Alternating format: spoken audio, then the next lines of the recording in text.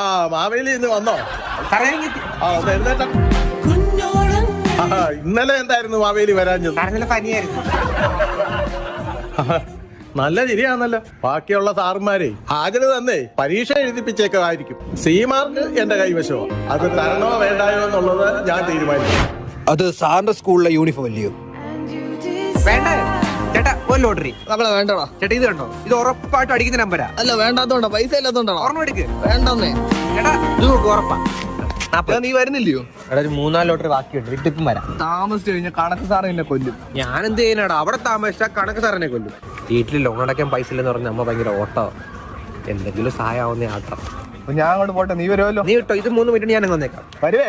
Page പറഞ്ഞു വരും. Okay എന്നാ. എടാ നാളെ നിന്റെ ചേട്ടന് വിളമ്പാണോ? ആ ഉണ്ടറാ, ഞാനും വരുന്നു പറഞ്ഞേക്കണേ. ആ പറഞ്ഞേക്കാം. അപ്പൊ നീ നാളെ സ്കൂളിലോട്ടില്ലയോ? ഇല്ല.